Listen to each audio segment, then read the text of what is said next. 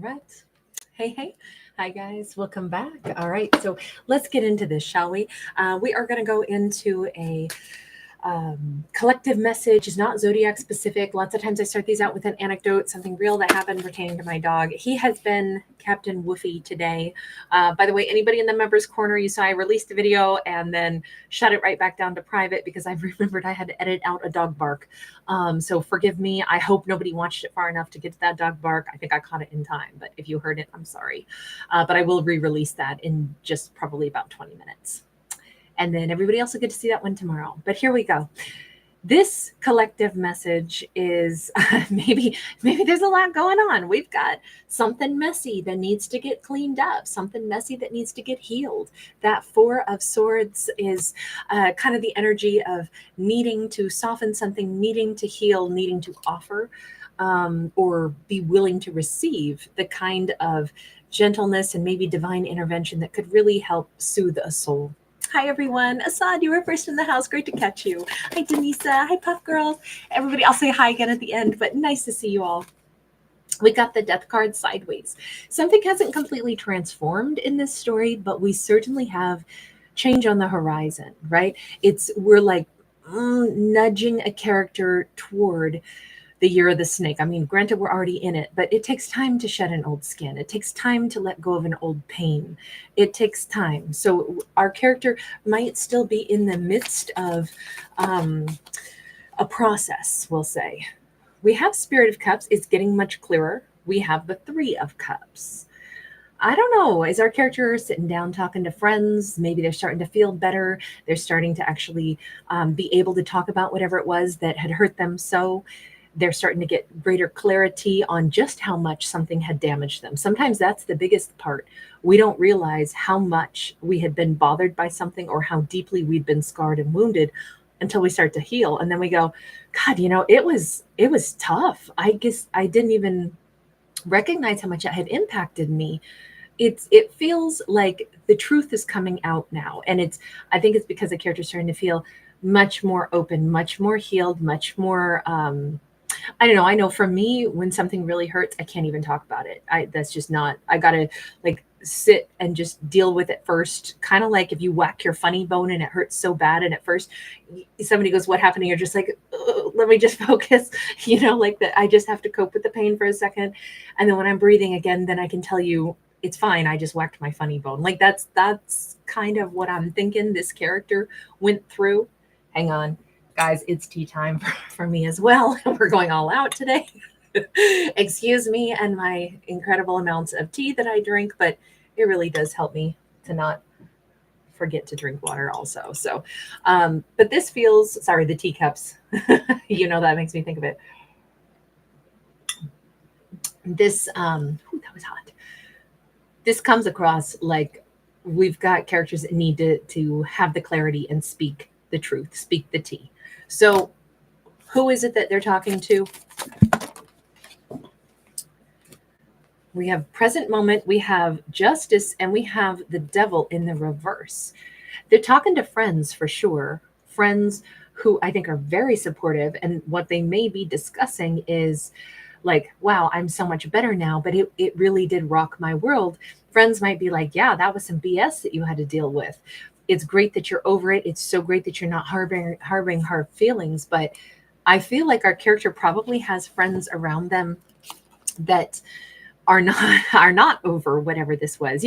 Good friends will always kind of like want to have your back. And so even though our Queen of Cups, who, by the way, this could be masculine or feminine, is getting beyond a deep hurt and can finally talk about it, I have to say, whatever friends they seem to be communicating this to are validating what our character went through. And maybe that's what a character needs. Maybe that's why we have this story. It's like, it's wonderful that we have a character that's healing. It's wonderful that we have a character that's, shedding that old reality and saying, I'm not going to let it hit me anymore. In fact, I feel a lot better. But as they start to describe what occurred, I feel like this is where those friends are like, that is some BS. That no way should that have happened to you. I feel like friends are probably a little bit irritated on behalf of this queen and what the queen went through, even though it's like, wow, you're a better person than me. Like, I'd still be pissed. I can't believe you're letting it go. That is amazing, though. That's awesome that you can like be in the present moment and let the past go. But just so you know, that wasn't okay what happened to you. And I think that's important. Sometimes it feels so good just to have somebody back us up and tell us that, you know what, I'm mad on your behalf that you had to go through that. I think that is like some significant support, and maybe our character needed that. That's actually really sweet. What is the meaning of that message? The friends kind of validating what happened. Nine of Swords and High Priestess. It really is. It's giving our queen the like reassurance that the layer of like intense hurt and pain that they went through because of what happened, and the nightmares that they had and the stresses that they had, it was warranted, because anybody who went through that would have felt the same way that they had. That's super validating, but it also tells them, okay, so what I went through was as messy as I thought it was. How I experienced it, how it impacted me at a really deep level, all that was legitimate. That shook me for a while. Now I understand. It's like she's gaining comprehension of maybe why she'd been so stressed at an underlying level, maybe why she'd carried so much for maybe quite a while that was low key impacting her all the time. And I kind of think that validating that is like for herself now. Also, she's hearing it externally from friends, and now she's able to like internally go, yeah, that was enough to like totally throw me for a loop. Like my head was spinning for a while there. That was awful. What I went through was absolutely awful. Threw off my intuition, threw off everything.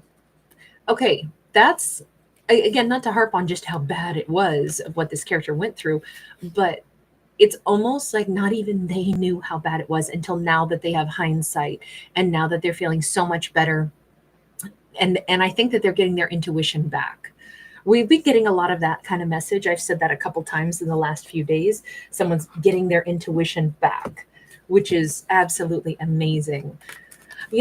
Is that really what this year of the snake is really going to represent? A lot of times is that characters are moving on from like traumatic cycles or painful experiences that they had, whether that was with lovers or that was, with betrayals, or whether that was, friends that aren't really friends. Sometimes you can go through something, it ends, but then you still sit in like the whiplash energy of that for a while. And now we've got a character like shifting beyond it. That seems to maybe be the common thread that I'm seeing as we're just now stepping our toes into this new, year of the snake. We have our moving on, Six of Swords. This is calmer waters. This is a sense of personal empowerment coming back. Knight of Pentacles. Where she goes next is still like one step at a time, but she's building her life. She's rebuilding her journey. Maybe she's getting back on her journey. Whatever. Let me ask this. What did you want before this really unfair thing was done to you or happened to you? By the way, it could have been a Libra who did her dirty. I don't know. Members, I will tell you that the message that I will repost again today is actually about a Libra. We have a Wheel of Fortune and we have a King of Cups.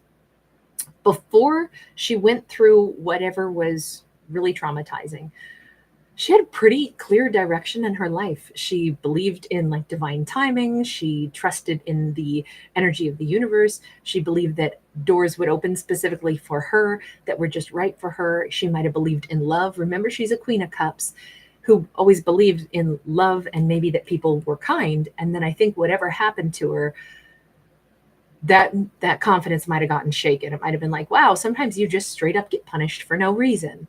So hang on. I didn't want to talk too much about what was the past situation that hurt her so that her friends are kind of aghast that she had to go through. But let me ask, what was that thing from the past? We're not going to linger too long on it, but I do want to know, was it about love? Was it a betrayal? Was it, a scandal? Was it, what happened?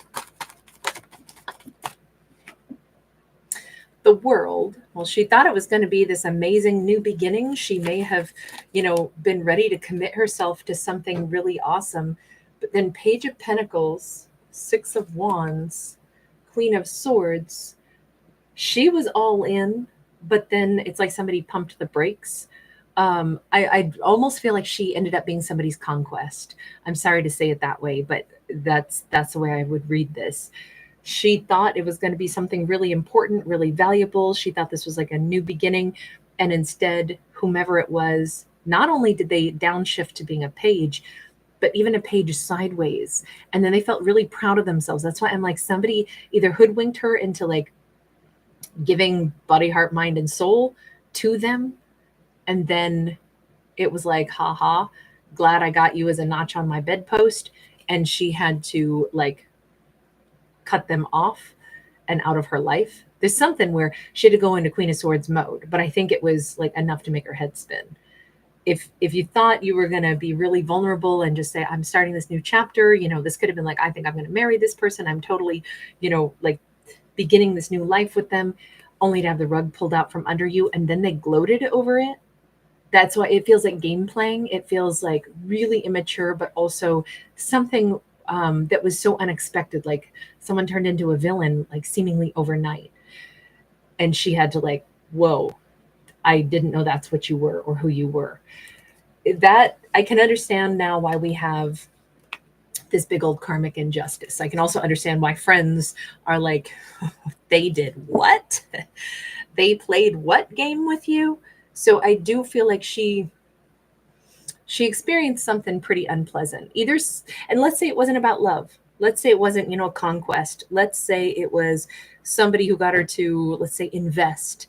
And then it turned out it was, oops, sorry, company went bankrupt, and it's like, wait, you knew you were going bankrupt, but you tried to get me to invest, which I did. And then I lost how much money? And you knew this was the thought out plan. It could have been something like that, like a snatch and grab of her finance or something. It could be a lot of different things. All we can say is that it was really unfair, but it shook for a while anyway. It shook her trust maybe in people. And that's coming back now. So before that happened to her, she did trust in the universe. Before that happened to her, she did trust in people, and she trusted in love, and she trusted in like divine counterparts, because she's a Queen of Cups again now. But once upon a time, she believed in a King of Cups. She believed that, you meet the right person at the right time, and, it'll click in a unique way. Well, she's back to believing that now. What is it that helped restore her, I'll say, her belief or trust in this? Let me just ask, because something must have, for her to have healed so much, and for her to not have bitterness, and for her to get her intuition back, and for all of this to be reset inside of her, something has happened. We have a Five of Cups sideways.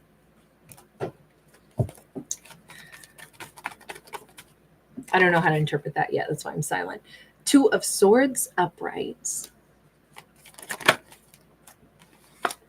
Queen of Swords in the reverse. Eight of Wands upright.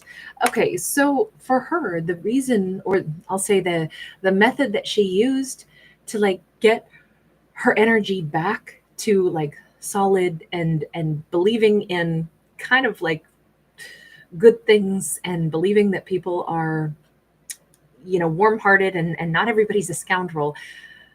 I think it had a lot to do with the fact that for a while she went on a rampage of like bitter tears that she kind of kept inside. She kept a lot of people at a distance from her. And I think she might have even, in doing this and kind of self-isolating for a while, that was a lonely place to be. But it was like, it's better than being around people that you can't trust. I think she definitely pushed everybody away for a while. She might have been very angry and very bitter. Queen of Swords in the reverse is that, this is where we learn to cuss. Okay. They say you never learn how to cuss until you learn how to drive. And I think that's true, but I think you never learn like how to really be a creative cusser until your heart's broken. then you learn really how to like word salad those 4-letter words. So, I'm sorry, I'm chuckling because there's some really terrible vocabulary blends that have rolled off my tongue in the past, and I'm just laughing about it. This feels though like, okay, so she did that for a while, right? She got that venom out of her system. And then something surprising happened. There was some incoming thing that she saw. I always look at this like eyes, these windows like eyes. something happened that came in unexpectedly. Maybe she observed somebody that was real, even if it wasn't directed at her. Maybe she observed something that was unexpectedly decent, an action that was taken that was very pure. And it was like, oh, I've been really pissed, like saying that the world is full of crappy people and, don't trust anybody and everybody is out to get you and everybody is, a bag of crap. And then it's kind of ridiculous to paint everybody with that brush. Because in fact, I mean, there's a lot of people on this planet, a lot of people on this planet. And if they were all crappy, or even if the majority were crappy, we wouldn't have the world working as well as it does. It would just be total madness all the time. And it's not, because people do have something called a conscience. And the majority of people want to do their best. But there will always be a few scoundrels in there. There will be a few people that are scoundrels because of circumstances, and maybe they can become better. Other people will always be scoundrels, and they revel in it. But the vast majority are not like that. And I think she went on an angry bender for a while, a little cuss fest, and then she saw something that kind of snapped her out of it. And she saw it with her own eyes. So she saw somebody doing something better, something that restored her faith, or even made her feel a little bit like embarrassed that I was like dumping on like humanity as a whole. We have a 10 of Wands in the reverse. She may have even seen or witnessed somebody who had a lot of burdens to carry, who cared a great deal about things that aren't even theirs to try to attend to. Sometimes when we see somebody who is carrying like a really heavy mantle and a lot of responsibilities, and they literally are like, I mean, this guy's face is gray. He's like prematurely aging because of the heaviness of this, but he's helping to carry other people's, wounds and woes, and struggling to try to like be a good leader. I'm thinking she either, sometimes we get really inspired by like someone's personal story, or we get really inspired by, when you discover, what someone's been through. That sometimes, I mean, to put it gently, some people have worse lives than we do. And when we encounter somebody who's got a lot more to struggle with, we go, I feel a little embarrassed that I was so angry and so self-focused over, the negative experience that I had, when honestly other people have known much worse. And this is not to negate or take away from what she went through. I mean, as you can see, we already had her friends validating like that was some BS. Nobody should have done that to you. But it does feel like here she is kind of like impressing friends that she was able to let go of the bad thing that was done to her. But the reason she's able to let go of it is because she saw somebody else who impressed her. And it kind of feels like, how we can spread like heartbreak like a disease, or we can spread negative energy and, wreck other people's day if we're having a bad day. Well, kind of the reverse in this is true also. If we come in and we're actually trying to operate, at our highest level, despite the struggles that we face, sometimes we inspire others. And so interestingly enough, she was inspired, and then she in turn is inspiring those friends of hers, while all the time validating, like that sucked. That's not the way it should have been. But instead of getting mad and then treating other people crappily, she's, I think, really ready to restore who she used to be, the best version of herself, the version of herself that believes in kind of like, you lead with your heart anyway, be kind anyway, love wholeheartedly anyway. Yes, once in a while, a scoundrel will take you for a ride. That does happen. Don't be naive, but don't be calloused and skeptical and, bitter either. And I think she's restored to like a really beautiful sense of herself. What I'm glad about is that whomever did her dirty didn't take away the essence of who she is. That kind of got pushed to the background for a little bit while she was on, that angry bender, and she had every right to be, but she's back. The most loving energy that she has, the most compassionate energy that really is the essence of who she is, that's back.